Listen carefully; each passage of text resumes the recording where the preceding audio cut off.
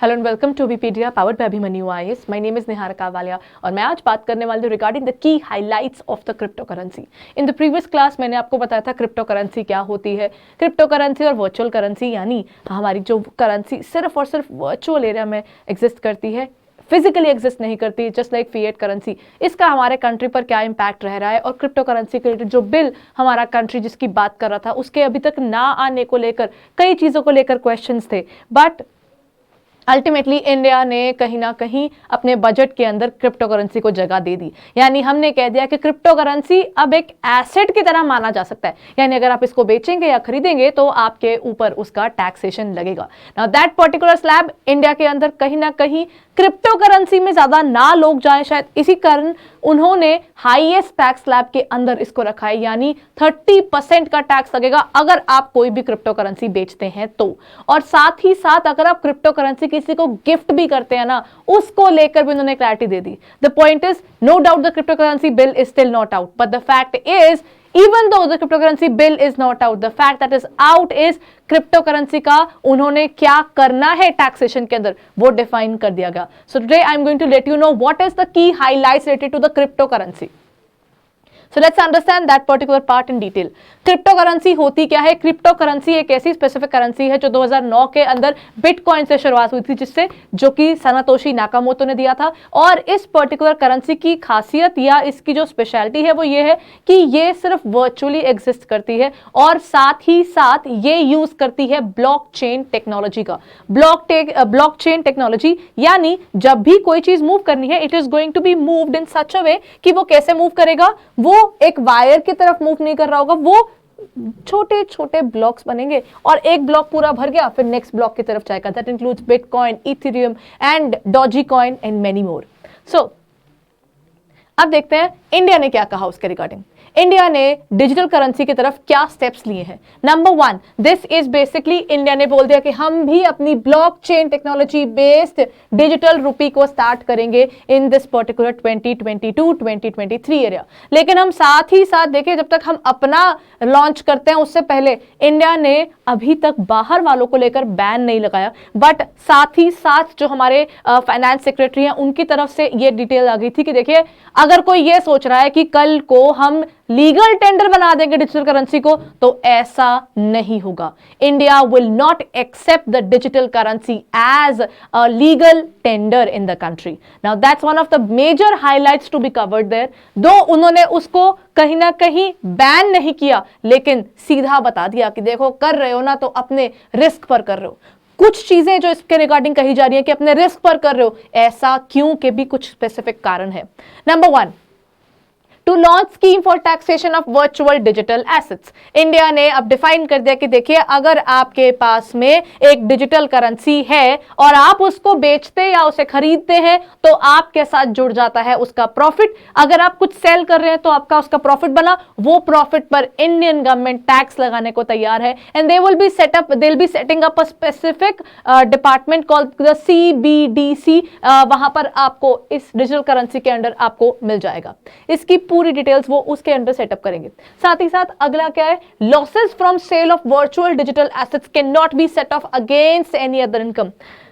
देखिए, इस पॉइंट के अंदर ना कुछ डिटेल में क्लैरिटी नहीं है, लेकिन हाँ, ये चीज क्लियर कर दी गई है कि देखिए, अगर कोई डिजिटल करेंसी के अंदर कोई लॉस हुआ, प्रॉफिट नहीं, लॉस हुआ, यानी आपने खरीदी ज्यादा की थी लेकिन बेची उसको कम वैल्यू पर, उसकी परचेज वैल्यू ज्यादा की थी और सेल वैल्यू कम की थी, उस केस के अंदर जब आपका कोई लॉस होगा, ये लॉस आप ये मत सोचिएगा कि आप किसी और इनकम के साथ सेट ऑफ करके ये बोल पाएंगे कि देखिए, मेरे बिजनेस में इतना लॉस हुआ, ये हुआ, वो हुआ, और अपना टैक्स की बचत कर पाएंगे। नॉर्मली अगर मेरे पास में बिजनेस के अंदर 3-4 बिजनेसेस हैं और मेरा अपना खुद का कोई काम भी है, अगर किसी एक चीज के अंदर मेरा प्रॉफिट होता है और दूसरी चीज के अंदर अगर लॉस हो जाता है, तो जब मेरी टोटल टैक्सेबल इनकम निकलती है तो उसमें मेरे को रिलीफ मिलता है। कैसे? अगर मेरा प्रॉफिट 100 रुपीज का था और मेरा लॉस हो गया 30 रुपीज का, तो मैं टैक्स 100 पर नहीं दूंगी, मुझे टैक्स देना होता है 70 पर। इसे कहा जाता है set of losses. Set of के अंदर उन्होंने क्लियरली बोल दिया कि वर्चुअल करेंसी लॉस अपना खुद देखो भाई, कोई भी और इनकम के अगेंस्ट हम आपके लॉस का एडजस्टमेंट नहीं करेंगे, ये लॉस अपनी वर्चुअल करेंसी तक ही सीमित या लिमिटेड रह जाएगा। Now that's one of the major areas which they covered related to the crypto currency in this area. Rest what did they cover, मैंने भी आपको बताया कि इनकम टैक्स ने, अगर इंडिया ने डिसाइड किया कि चलो हम लीगल टेंडर को एकदम से बंद नहीं कर देते, we shouldn't do this, but we did something else, हमने उसकी हाईएस्ट टैक्सेशन रेट यानी 30% पर उसको चार्ज करने की तैयारी कर ली है। Income tax from virtual digital assets would be tax at 30%। और the major highlight is crypto currency आप गिफ्ट भी करोगे ना तो भी वहां पर टैक्सेशन लगेगी। Gift of crypto currency to be taxed at the receiver's end, यानी अगर मेरे पास एक क्रिप्टो करेंसी है, मान लीजिए मेरे पास एक डॉजी कॉइन है और वो डॉजी कॉइन मैं आपको दे रही हूं, तो अगर मैंने वो आपको गिफ्ट भी किया है तो भी, जबकि मेरी आप मुझे उसके लिए कोई पैसा नहीं दे रहे हो, तब भी जो आप रिसीव कर रहे हो उसके ऊपर भी टैक्सेशन लगेगी। Even a gift of crypto currency would be taxable. So government is trying to do is कि अगर आप क्रिप्टो करेंसी में डील कर रहे हैं, एक तो वो आपकी खुद की दिक्कत, और अगर आपको उसको में डील करना ही है तो टैक्स दो, हमको पैसा दो, तो आप क्रिप्टो करेंसी में डील कर सकते हो।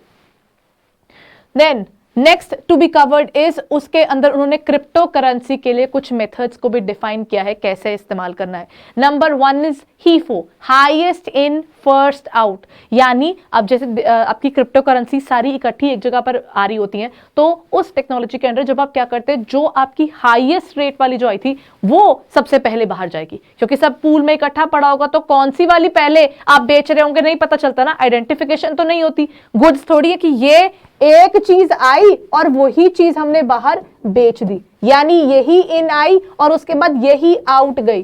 ये सारी की सारी क्रिप्टो करेंसीज कहां होती है, वो एक जगह पर इकट्ठी होती जाती हैं, तो जो आपकी हाईएस्ट वैल्यू होगी वो सबसे पहले बाहर जा रही होगी, ये माना जाएगा। ठीक है, और या आप दूसरा कर सकते हो, जो सबसे लास्ट में आई है वो बिक रही है, ये माना जाएगा। ये मेथड्स, दिस इज समथिंग जो आपको इस मेथड की सिमिलरिटी आपको देखने को मिलेगी इन्वेंट्रीज के अंदर।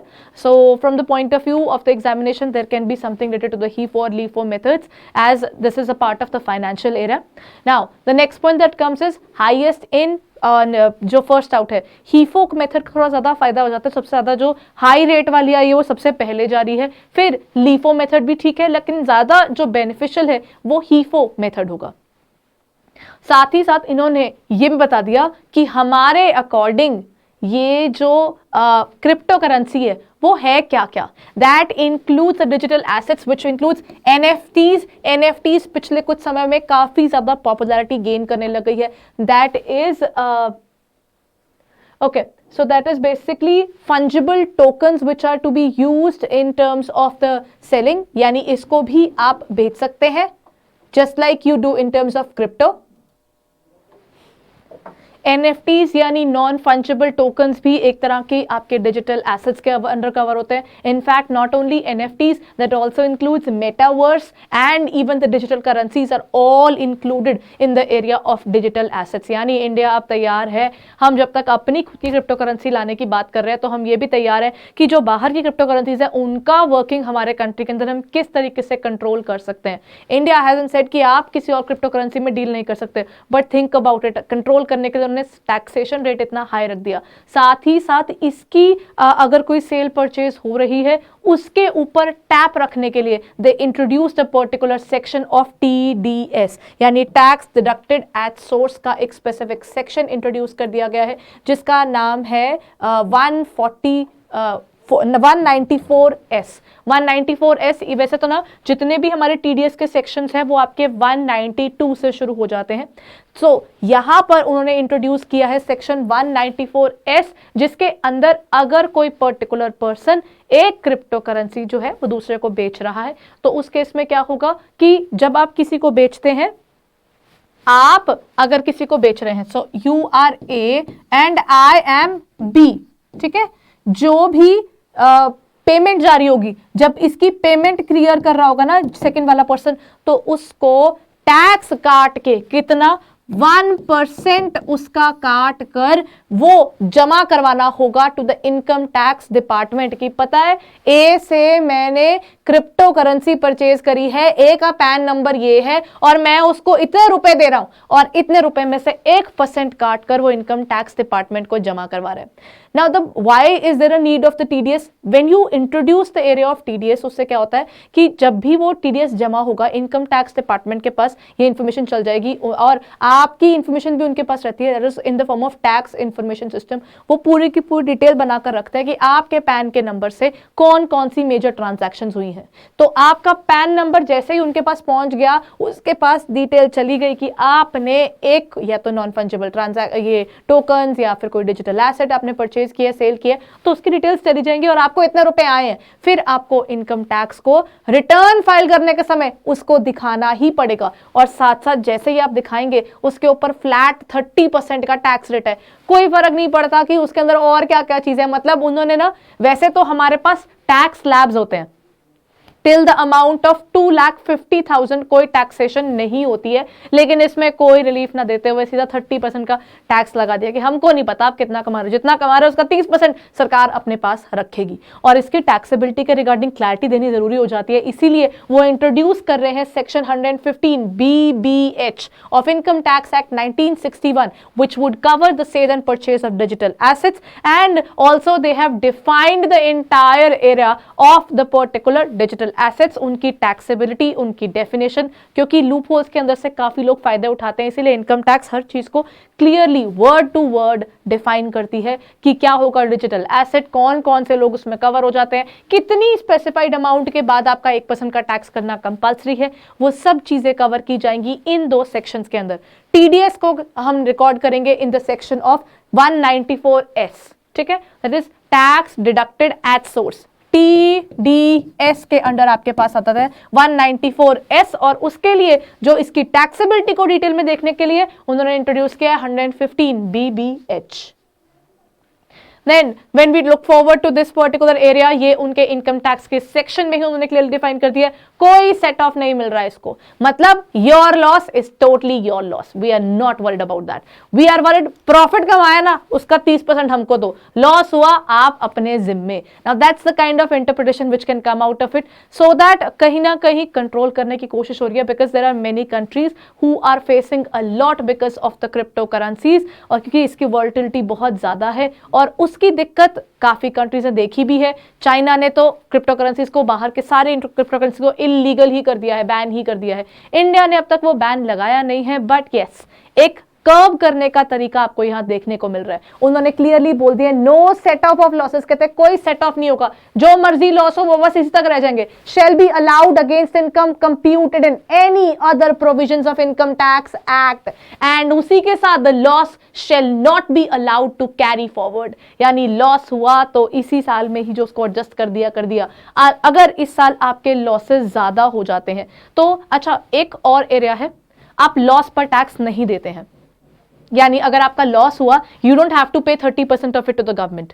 नंबर 2, अगर आपका लॉस हुआ तो आप उसे किसी इनकम के अगेंस्ट सेट ऑफ नहीं कर पाएंगे, और साथ ही साथ अगर वो आपका लॉस इतना ज्यादा होता है कि आप अगले साल तक उसे कैरी फॉरवर्ड कर सकते हैं, नॉर्मली ये अलाउड होता है। बिजनेस के जो लॉसेस होते हैं that can be carried up to 8 years। Depreciation जो आपकी अनएब्जॉर्ब रह जाती है क्योंकि लॉसेस ऑलरेडी बहुत ज्यादा होते हैं, उनको तो आप इनफाइनाइट पीरियड तक आपने उसको कैरी फॉरवर्ड कर सकते हो, लेकिन यहां पर वर्चुअल एसेट्स के अंदर कोई भी उन्होंने हमदर्दी नहीं दिखाई है कि लॉस हो गया तो बोल दिया आपका है, हमसे मत पूछो, सिंपल सी बात बोल दी, they can not be carried forward to the succeeding assessment years. Now that's a very difficult area to cover for all those people who are dealing in virtual currencies. So that's it, ये उनका एक important area, कोई भी set of नहीं allowed होने वाला, मैंने cover कर दिया आप लोगों के लिए। So this is where we end the particular area, and in the upcoming classes I let you know income tax के पॉइंट ऑफ व्यू से क्या चेंज हुआ है, and that is relevant for all the SEBI aspirants, because ultimately आप लोगों के लिए सेबी के अंदर फाइनेंस वाला एरिया कवर होता है, अलॉन्ग विद दैट आरबीआई के अंदर इसका एरिया कवर होता है, और बजट के कुछ बेसिक डिटेल्स कवर करनी जरूरी हो जाती हैं, because in the examination this is one of the key highlights to be covered properly. So keep on working hard guys, the papers are going on, and the most important area is अच्छे से पढ़ाई की जाए और जो हमने पढ़ा है उसके हमें प्रॉपर इम्पैक्ट का आइडिया भी हो. इन the upcoming session I will discuss the particular area of income tax provisions as well. Thank you guys. If you like this particular video, kindly share it among your peers. Thank you.